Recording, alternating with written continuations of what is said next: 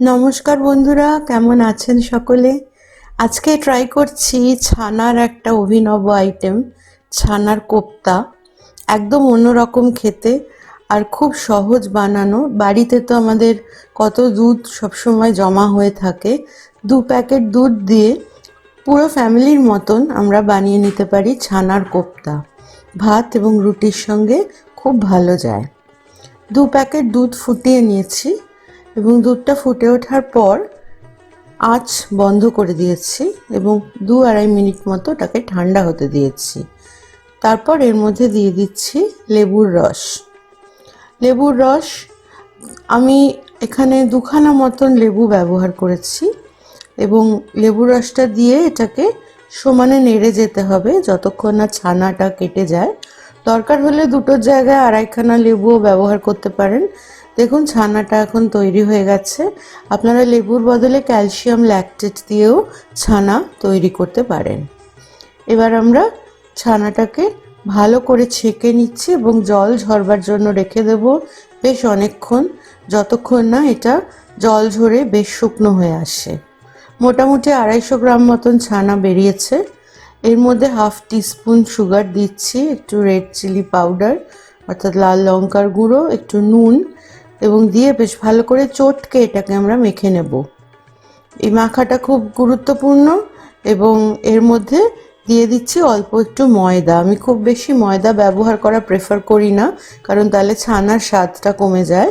অল্প ময়দা দেবেন যাতে জাস্ট এটা একটু টাইট হয়, এর বেশি ময়দা দেওয়ার প্রয়োজন নেই।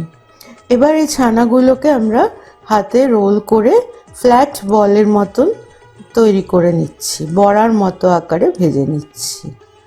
এরপর 2 টেবিল স্পুন সাদা তেল দিয়ে হালকা আঁচে অর্থাৎ মিডিয়াম ফ্লেমে এটাকে আমরা ভেজে নেব, শ্যালো ফ্রাই করে নেব। বন্ধুরা, সাবস্ক্রাইব করার কথা আরও একবার মনে করিয়ে দিই এবং সঙ্গে থাকার কথা আমাদের।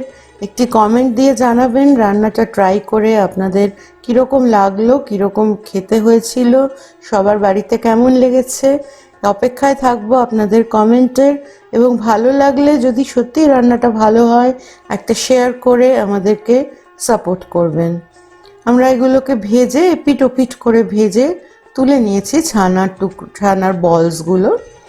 এবার ওই তেলের মধ্যেই 2 টেবিল স্পুন মতন ঘি দিয়ে দিচ্ছি এবং দিচ্ছি ফোড়ন, তেজপাতা, 2টো তেজপাতা এবং সামান্য একটু গোটা জিরে।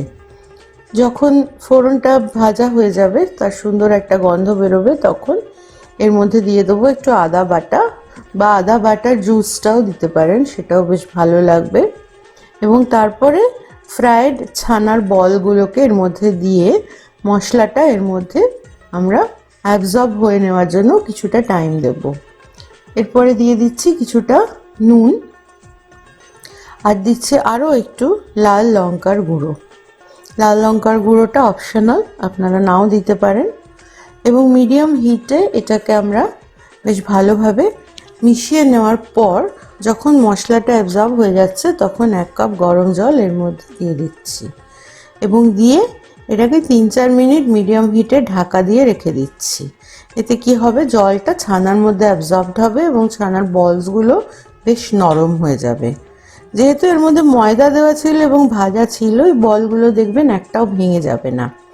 এপিট ওপিট করে ভেজে দেবো এবং একটা টুথপিক দিয়ে ছানার বলসগুলোর মধ্যে একটু ফুটো করে দেবো যাতে এর রসটা, মশলাটা আরও ভালোভাবে এর মধ্যে ঢুকে যায়। সবার শেষে দিয়ে দেবো 1 টেবিল স্পুন টমেটো সস এবং দিয়ে এটাকে নেড়ে চেড়ে বেশ ভালোভাবে মিশিয়ে নিচ্ছি। একটা ভীষণ সুন্দর আইটেম, খেতে সত্যিই দুর্দান্ত হয়। সকলে ট্রাই করবেন। আমরা অপেক্ষায় থাকবো আপনাদের কমেন্টে।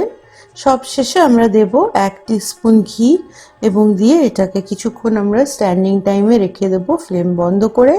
তৈরি হয়ে গেছে ভীষণ টেস্টি ছানার কোপ্তা। ভাত দিয়ে মেখেও খেতে পারেন, রুটির সঙ্গে রাত্রেও সার্ভ করতে পারেন। সকলে ভালো থাকবেন। নমস্কার।